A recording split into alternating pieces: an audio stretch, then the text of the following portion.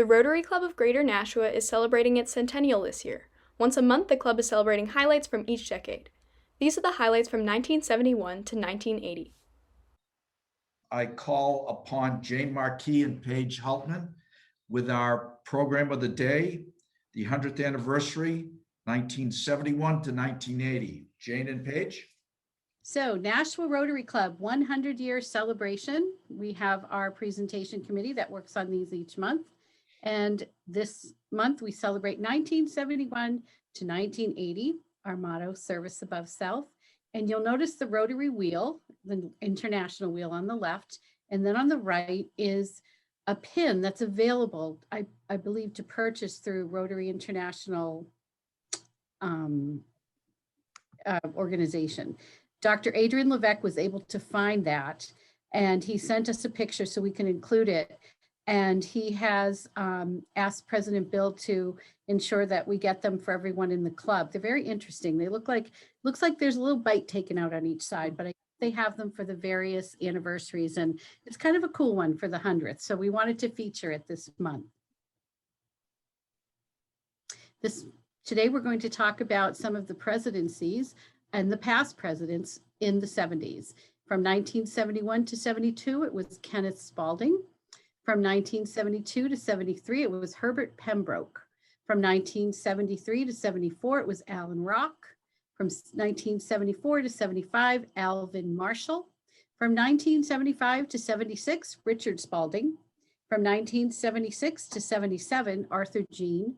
From 1977 to 78, Gordon Wilson. From 1978 to 79, Bart Dowling. And from 1979 to 1980, Roger Osgood. And 1980 to 81, Chester Lopez.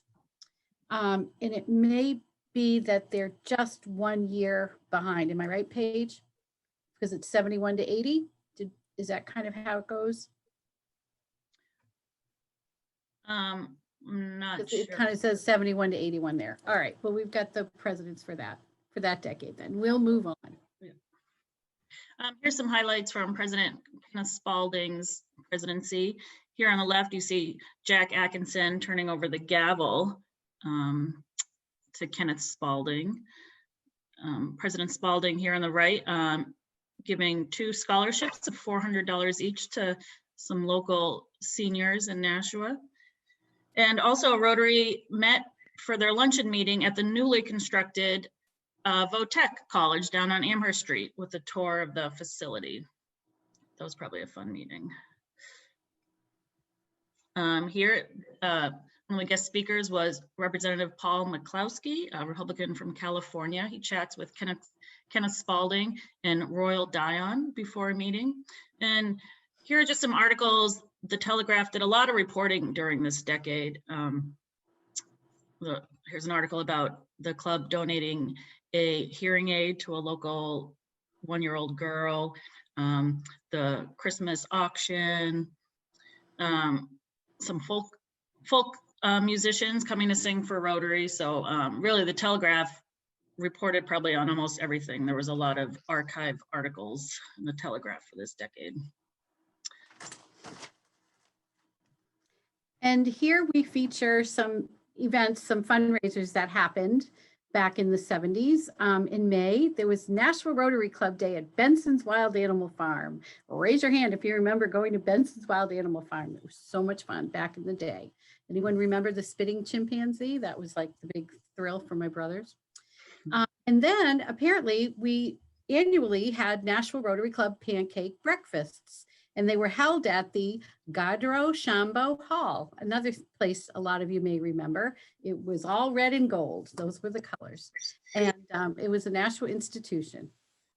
And so we're just talking about some of the things that happened then. So that was in 1972. And I believe for a few years afterward, there were pancake breakfasts. There was a basketball game that we were hoping our good friend Jack Law may be able to shed some light on. Nashua Rotary Club bows to Rotary West 5, 43 to 42. But I'm not sure if he's able to be unmuted, President Bill. We can't hear you. Sorry. We haven't had any luck. I think No it's luck. Jack's All righty. microphone. Well, thanks for trying. Anyway, Jack, we thought of you. We thought you may want to speak to this maybe at another time. Paige had found this interesting article about somebody speaking at a meeting, James Lester, who had climbed Mount Everest. That must have been very interesting. And then for the Nashua Rotary's 50th anniversary, apparently we went on a tour at Merrimack Anheuser-Busch, and it's hiding it. Governor Walter Peterson attended. Kenneth Spalding was our club president at the time, Mayor Dennis Sullivan, and club member Reverend Walter Ryder pictured here during the tour. No one knew the woman's name. She worked there. I would give it to you, but I don't know. Here's some highlights from President Hebert Pembroke. Picture up here on the left is Kenneth Spalding passing the gavel to him. In the middle here, check being handed over for the Santa Fund.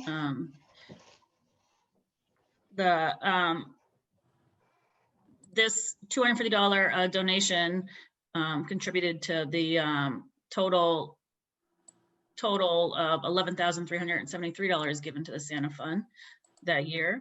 Down here on the left is an article with an upcoming speaker, Miss Rose. She's president of the Nashua League of Women Voters. And in the article, they had advised Rotary Anns to attend, and we'll be talking about Rotary Anns later on in the presentation.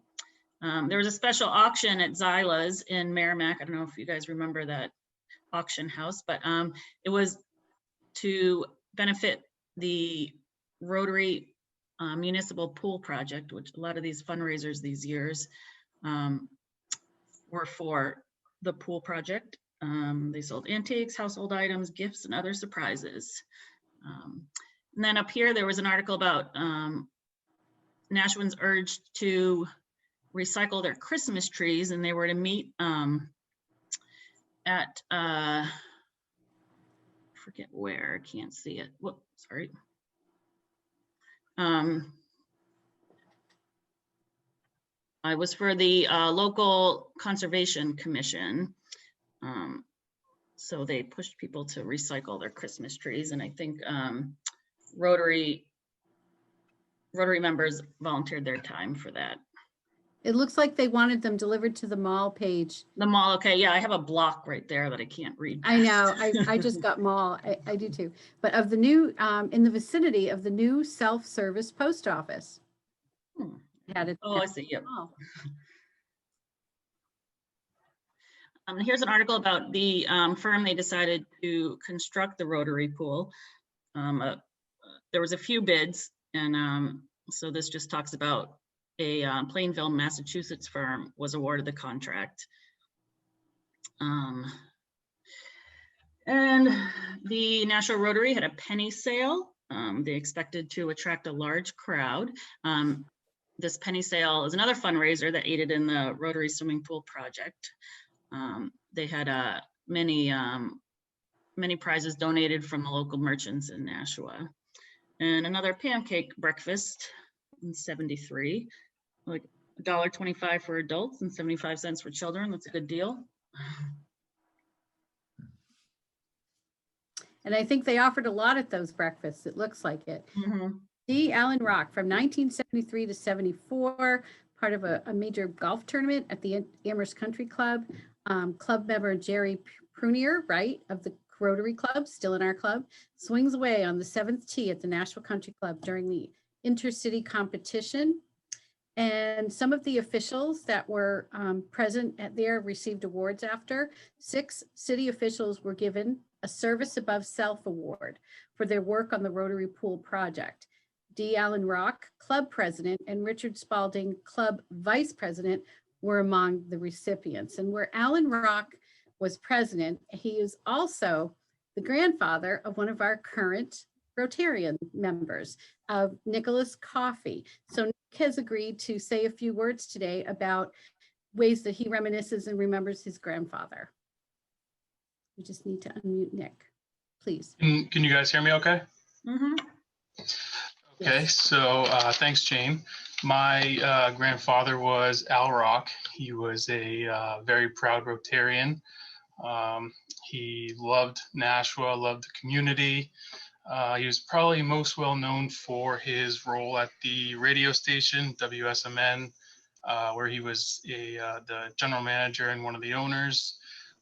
He would do his daily broadcast from different locations around Nashua, and then every night he would do his evening commentary on different current events, whatever was going on locally or around the world. He also enjoyed emceeing for different events, whether it was charities, award ceremonies, political events, everything in between. He was always happy to get behind the microphone. Later, he was a member of the New Hampshire House of Representatives and then was elected as a state senator. Wow, he had an illustrious life and career. And it's so great that you have all that information and memories of him, Nick.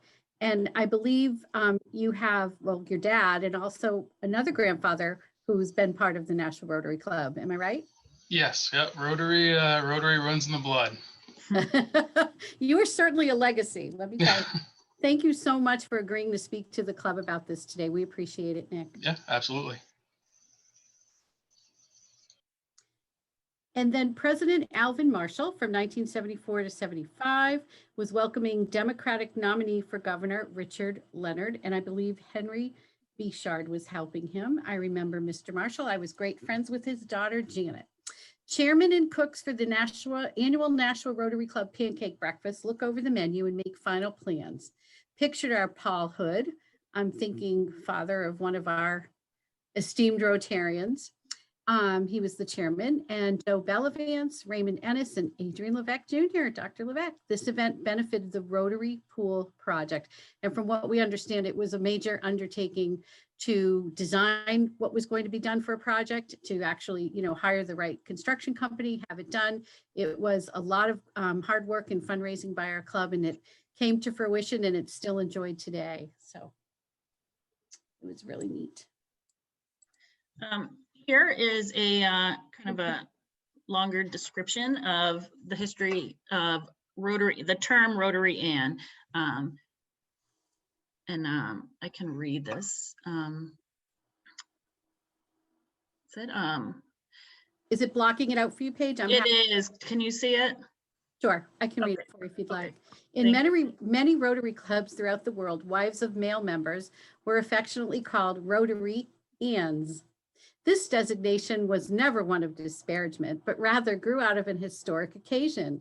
The year was 1914 when San Francisco Rotarian, and I'm blocked there, Rotarians rode a special train to the Rotary Convention being held, I believe, in San Francisco. In those days, few wives attended Rotary events, and until the train stopped in LA, the only woman aboard was the wife of Rotarian Brew Brunier.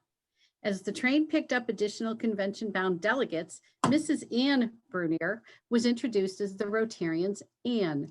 This title soon became Rotary Ann. Since the clubs of the West were inviting the Rotarians to hold their next convention in San Francisco, several songs and skits were organized, which would be performed in Houston. One of the Rotarians wrote a Rotary Ann chant. I wonder if we'll be hearing about that.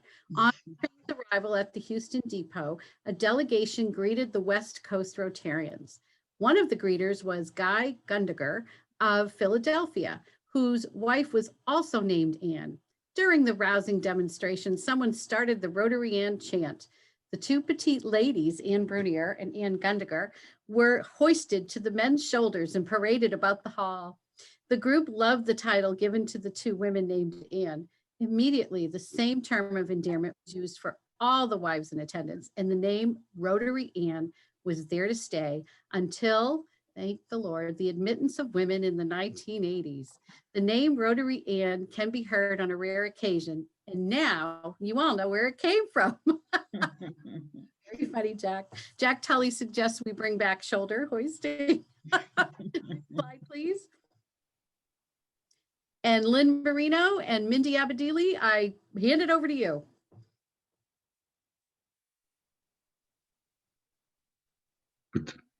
Go for it, Mindy. I didn't know if Lynn was going to say anything first. Nope, nothing to say. Here's the song. The tune is Sweet Peggy O'Neill, and the words are out of the Rotary Songbook. You got it. And Jack, don't you dare hoist anyone on your shoulders. All right, here we go.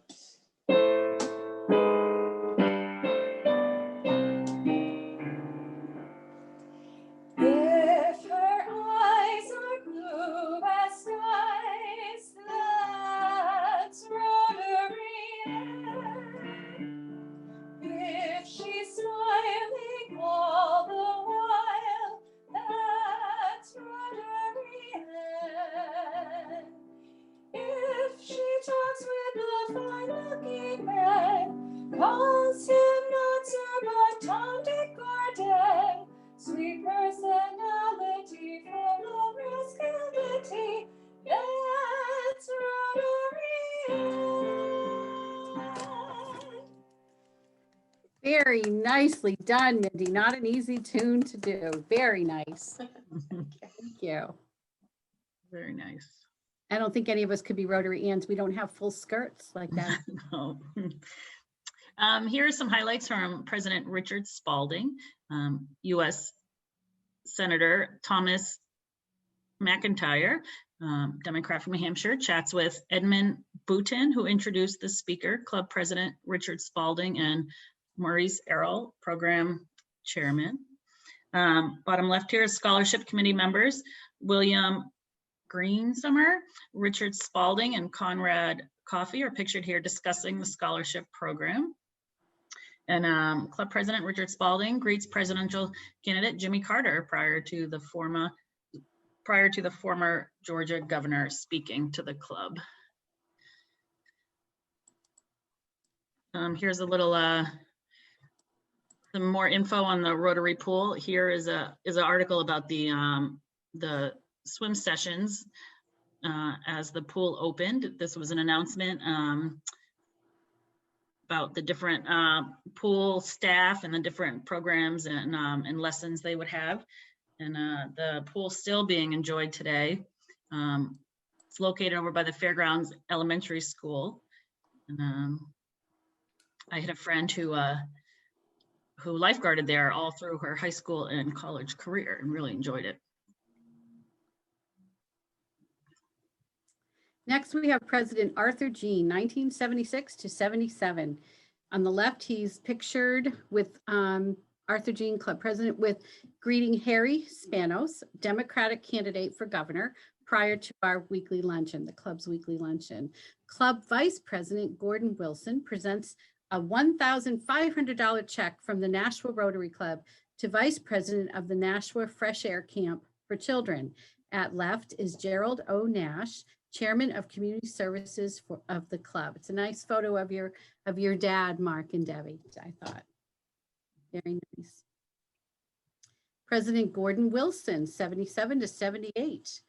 4 club members, Frank Tees, Noel Trottier, James Archie, and John Sias, found it was rather cold out as they shared the task of manning the Salvation Army's collection kettles in downtown Nashua. Rockingham County Attorney Carlton Eldridge talks with the club president, Gordon Wilson, and 2 Telegraph staffers during a club meeting. And below, Club President Gordon Wilson presents a check to the Nashua Symphony Orchestra. Roger Osgood, Rotary Vice President, looks on. Here, President Bartholomew Dowling presents a check for $250 to the Nashua Telegraph Santa Fund again. U.S. Senate candidate James Masiello visits the Nashua Rotary. He's pictured here with Bart Dowling and Kenneth Spalding. These photos are a little better later on in this decade. James Conway, Mayor Maurice Errol, and Vice President Osgood are pictured here with another check to the Nashua Fresh Air Camp's president for $1,000. Executive Counselor Bernard Streeter talks with members of the club. Listening to Streeter are Frank Tees on the left and Bartholomew Dowling, the club president, on the right. And I think as he was an executive counselor for many, many years, I think he was also a member of our club, Nashua Rotary Club, Bernie Streeter. Okay, Nissitissit Land Trust. How did I do on that, Lynn and Ernie? Actually, good. I asked Lynn if Ernie wouldn't mind talking about this a little bit. He could read it, but because Ernie, we understand on April 9th, 1979, you and conservationist Peter Smith gave a presentation on the Nissitissit Land Trust. It was a wonderful experience working with the people who were committed to preserving land on either side of the river. We spent a lot of time canoeing on the river and had wonderful nature canoe trips. So it was a wonderful experience to be involved with these people. I'm happy I got a chance to work with And this river is right in our backyard. It runs through Brookline, Hollis, Pepperell. them. Yes, Does it still exist today, Ernie? I haven't been on it for a while. I imagine it does still exist. I hope it does. Yeah. And which one are you in the boat there? Are you The up front. You're in the front. Okay. Hi, Gee, this is wrong there. this is Susan Slane. Just to comment on that a bit, because the Nissitissit is part of the Nashua River watershed, Okay. and it is also, parts of it is now been designated as part of the U.S. Scenic Riverway and Wildlife Area. So it has federal protection now. Great. Thank you for that, Susan. And thank you, Ernie, for talking to us about that. So I guess Welcome. the doing partner was Dr. Alan Stam, who won many races, including one from Watertown to Marblehead, Mass, and one on the Dead River Rapids in Maine, which he said gave him nightmares for a year. I had a brother who was a guide on the Dead River one summer. Oh, we all were so worried about him, but he loved it. Good for you, Ernie. Thank you so much. Thank you. Okay, we can go to the next one. There's a group of past presidents from the National Rotary Club, and they were honored at the club's annual Past Presidents Day in 1978. So from left, seated from left, Dr. Adrian Levesque Sr., Herbert Pembroke, Dr. William Thibodeau, Stephen Tracy, Frank Clancy, Edward Fitch, and Charles Weaver Jr. Standing are Arthur Jean, Kenneth Spalding, Jack Atkinson, D. Allen Rock, Alvin Marshall, Richard Spalding, Harry Swanson, Keith Vascalonis, Leon Marshall, and Thomas Winther. Maybe it's time to do a new past presidents photo with the whole group. What do you think? Sounds good. Here's a slide for President Roger Osgood. Upper right, President of the Nashua Exchange Club, Harold Akers, receives a check from Roger Osgood, Rotary Club President, to assist in the Exchange's annual post-prom party. At left is Frank Curtis, Rotary Secretary. Here on the left, pictured in the front, is Bertrand Summer, Vice President, Roger Osgood Jr., President, and Chester Lopez Jr., President-elect. Standing in the back are Frank Curtis, Secretary, Richard Parsons, Sergeant at Arms, and David Bryant, Treasurer. Bottom right here, Anthony Campaign, a candidate for the Republican state nomination, speaks at the club's luncheon. Seated is Paul Leeming, Chairman of the day. Here's a nice picture. Mrs. Nancy Reagan spoke to the members of the club while visiting the city to campaign for her husband, Ronald Reagan, presidential hopeful. Seated is Alan Rock, Program Chairman, and Roger Osgood, Rotary President. President Chester Lopez was from 1980 to 1981. New President Chester Lopez receives the traditional gavel and handshake from outgoing President Roger Osgood. The Public Utilities Commission Chairman Michael Love shares his energy outlook with Rotary. And also during that time, 2 checks, each of $750, given to the local YMCA for cabin and building renovations out at Camp Sargent. This bicentennial monument has an interesting backstory, and we're going to leave it up for you to read that. But Dr. Adrian Levesque was going to speak to this a little bit. It's pretty interesting what had happened. All right. In 1976, we decided to put together a time capsule, and it was put underneath the large monument that's shaped like the state of New Hampshire over by the Main Street Bridge. And the idea was to dig it up in 50 years. And then we had a meeting and someone said, maybe we should look at it in 25 years. But anyway, we forgot about it, of course. And then they started to move the monument and they dug down and we saw the rope that we used to drop it down into the hole. But we couldn't find it. And they were getting a little worried that we might undermine the monument and tip it over. So we just forgot about it for a while. And then one day they decided to move the monument to a different location. And in so doing, they broke the monument. They broke the capsule and it leaked, water leaked into it. So I got a call one day to go to the city hall, to the mayor's office. And on the table there was all the parts and they were kind of deteriorating. Everything's on the sheet there that you can see. The only thing that was left that I could recover was a small rotary pin that was gold and the Rotary flag. And the Rotary flag was very stained, so I got it cleaned up and I have it here. And but that's about it. That's what happened to the time capsule. Well, thank you so much for that insight, Adrian. You were there and you saw it and you. I was there. I helped lower it into the hole. I know. It was such a great effort. Thank you so much for sharing that information for us today. Okay, thank you.